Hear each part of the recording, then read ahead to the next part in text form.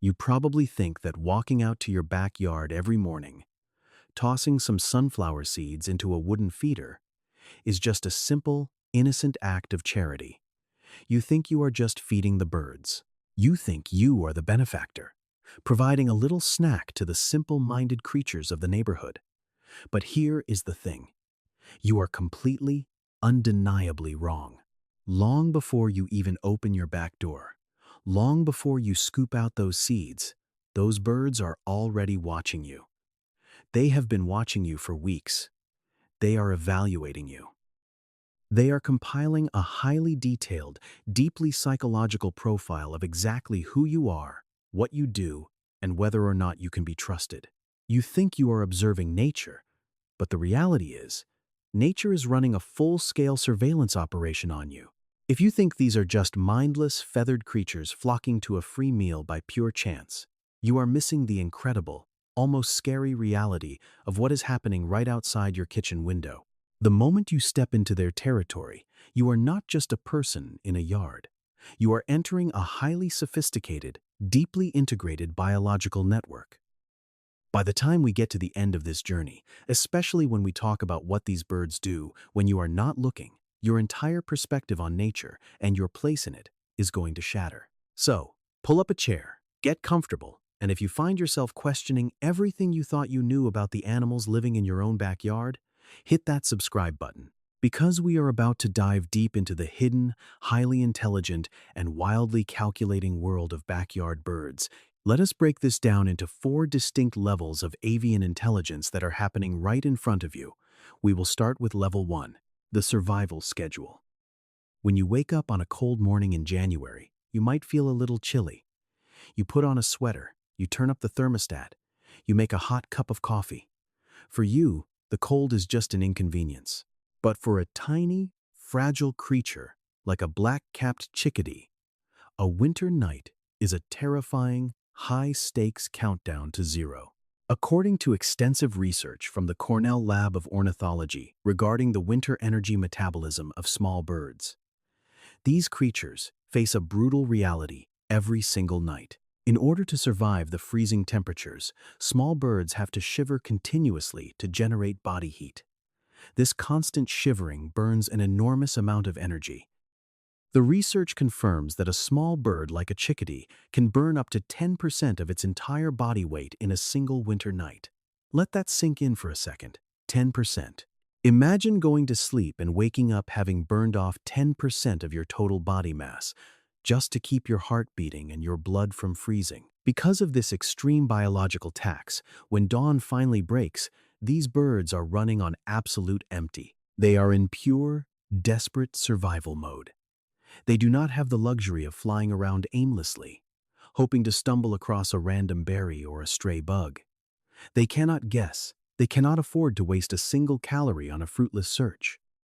They need absolute, mathematical certainty. And that is exactly where your daily routine comes into play.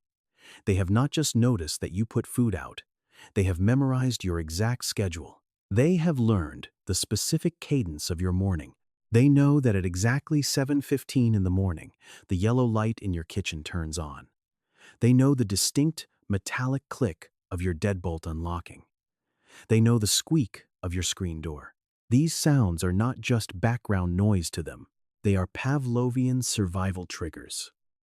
They are waiting in the branches, heart pounding, having calculated your routine with the precision of an atomic clock, because their literal survival depends on you being exactly on time. You are not just a nice person with a bag of seeds. You are the critical anchor point in their daily fight against death. But let us take it a step further, because the rabbit hole goes much deeper. This brings us to level 2. Identity recognition. You might look out at a flock of jays or a murder of crows and think they all look the same. And you probably assume they look at you and just see a generic, tall, two-legged mammal. That is a massive and frankly dangerous underestimation of their cognitive power. These birds do not just see a human, they see you, personally, specifically. To understand how incredible this is, we have to look at the groundbreaking work of John Marsloff and his team of researchers. They published a definitive study on the recognition of human faces by free-ranging crows, and the experiment they conducted sounds like something pulled straight out of a psychological thriller. The researchers wanted to know if birds could actually remember specific individuals who had wronged them. So, they wore a very specific, somewhat creepy rubber mask, let us call it the Caveman Mask, while they went out and safely trapped, banded, and released a group of wild crows. The trapping process is stressful for a wild bird, but no birds were harmed. After releasing the birds, the researchers waited. Then, they walked around the same area wearing that exact same caveman mask, but this time, they did nothing aggressive. They just walked perfectly normally. The reaction from the crows was absolute chaos. The birds recognized the face instantly. They scolded, they screamed, they dive-bombed the person wearing the mask. They knew exactly who the perceived enemy was. But here is the part of the study that will absolutely blow your mind. The researchers kept testing this for years. As time went on, the original crows that had been trapped had offspring, and those offspring had offspring. Years later, researchers walked through the campus wearing that same caveman mask. And guess what happened? Flocks of crows that had not even been hatched when the original trapping took place, crows that had never been touched by a human in their lives, went absolutely berserk and attacked the person in the mask.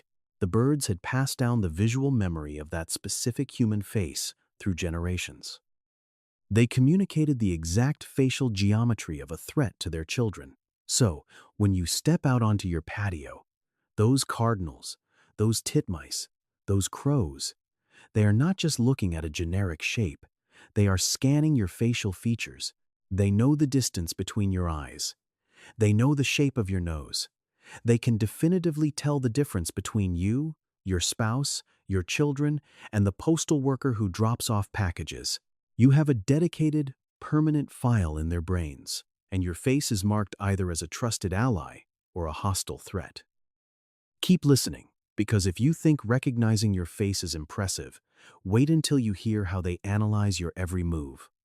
Welcome to Level 3, the scanning of body language. Let us say you have been feeding the birds for years.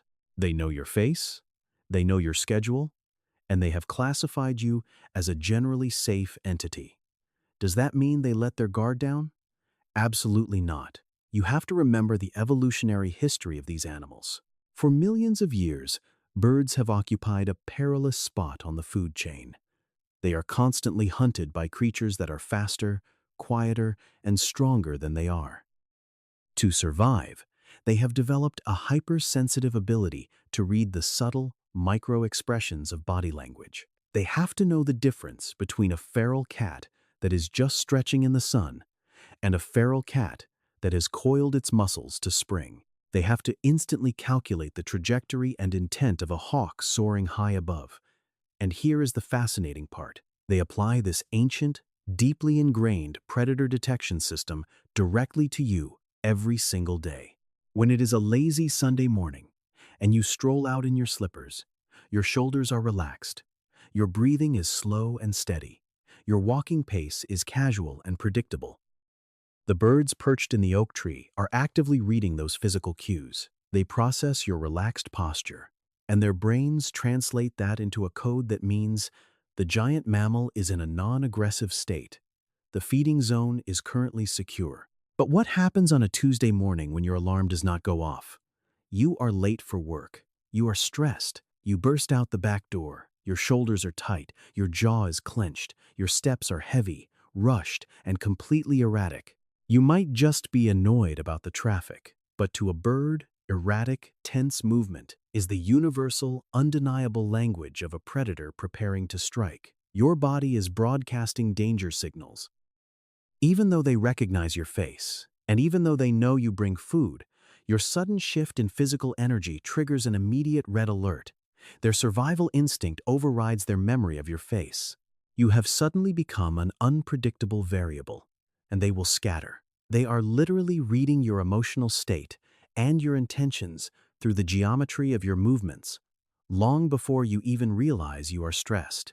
Now, if you think this complex relationship is just isolated between you and the few birds that happen to visit your yard, prepare to have your entire understanding of nature rewritten. This brings us to the fourth and final level, the spatial network. You are not just interacting with a few scattered individuals. You are unknowingly acting as a central hub in a massive, invisible, biological internet. For a long time, people assumed that birds mostly operated on pure instinct, just reacting to whatever was immediately in front of them. But we now know that is entirely false. We have to look at the brilliant research conducted by Lucy Applin and her colleagues concerning how wild birds use social learning to discover and exploit novel food sources. Applin wanted to know how information travels through a wild population. She set up complex puzzle boxes in the woods that contained highly desirable food. These boxes required the birds to perform a specific action, like sliding a tiny door to the left or right to get the reward. At first, most birds ignored it or could not figure it out. But once a single bird cracked the code, something magical and terrifying happened. The other birds were watching. They did not just stumble upon the open box. They actively observed the technique of the successful bird. And then they copied it. But it did not stop there. The research proved that this knowledge did not just stay within a small friend group. The information spread exponentially. It rippled through the entire local bird population like a viral video. Birds that lived far away from the original puzzle box were soon sliding the doors open with ease, because the knowledge had been transmitted socially from bird to bird, flock to flock. So, bring that science back to your backyard. What does Applin's research mean for you? It means that your backyard is a dynamic coordinate on a vast, shared survival map that is constantly being updated in real time.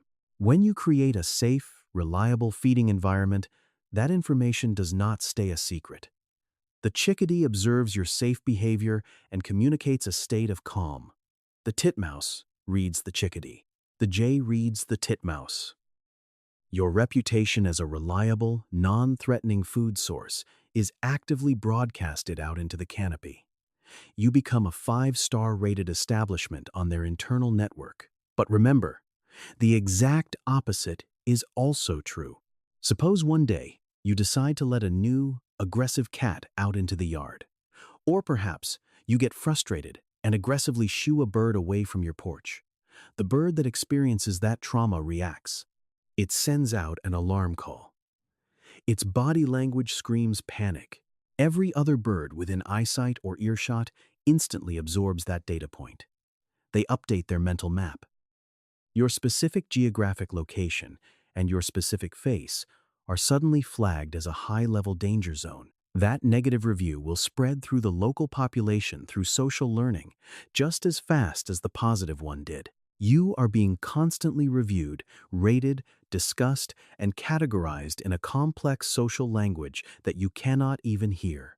You are a server host in their network, and they are constantly pinging you for data.